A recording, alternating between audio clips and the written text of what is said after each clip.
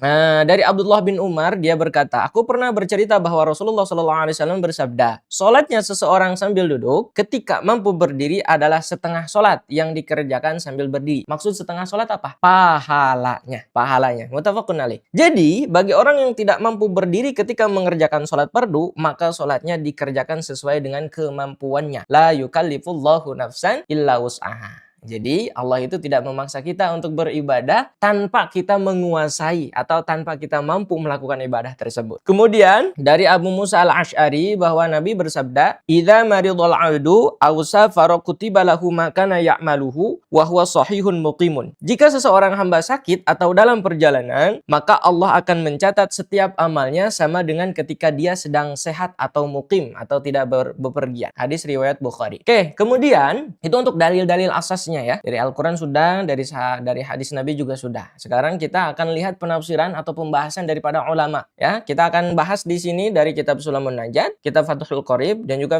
kitab Fathul Mu'in. Dan sedikit dari kitab Kasyifatus Sajah. Dalam kitab Fathul Qorib, karya Syekh Ibnu Qasim Al-Ghazi, bahwasannya rukun kedua adalah berdiri jika mampu melakukannya. Catatannya itu, jika mampu melakukannya, maka sholatnya dikerjakan secara berdiri. Jika tidak mampu bagaimana? Nanti kita bahas. Ini dibahas di sini juga. Jika tidak mampu berdiri, kata Syekh Ibnu, maka wajib duduk dengan posisi yang ia kehendaki. Namun duduk dengan iftirosh adalah yang lebih utama. Duduk iftirosh itu duduk ketika tasyahud awal. Jadi jika ada teman-teman semuanya, sahabat fikih semuanya yang tidak bisa melaksanakan sholat dengan berdiri, baik karena sakit atau kondisi yang lainnya, boleh dilakukan sholat tersebut dengan duduk. Hal ini catatannya adalah sholat fardu. Sholat fardu jika tidak bisa dilakukan dengan berdiri, maka boleh duduk. Duduknya bagaimana? Duduknya dengan gerakan duduk iftirosh atau duduk tasyahud awal. Tahu nggak? Duduk tasyahud awal itu duduk rokaat kedua. Kalau rokaatnya ada 4. Misal sholat duhur, sholat asar ada 4 kan rokaatnya. Nah, rokaat kedua kita duduk dulu tuh.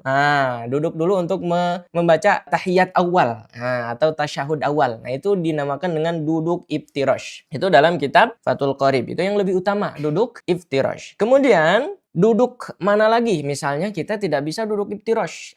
Bisa dengan cara duduk tarabbu'. Duduk tarabbu' itu seperti apa? Duduk tarabbu' itu duduk seperti wanita tapi pantatnya ditempelkan ke lantai. Ini harus dicontohkan ya. Dan duduk tawarruk. Jadi lebih utamanya itu duduk iftirosh, duduk tasyahud awal. Kalau tidak bisa duduk iftirosh, boleh dengan duduk tarabbu'.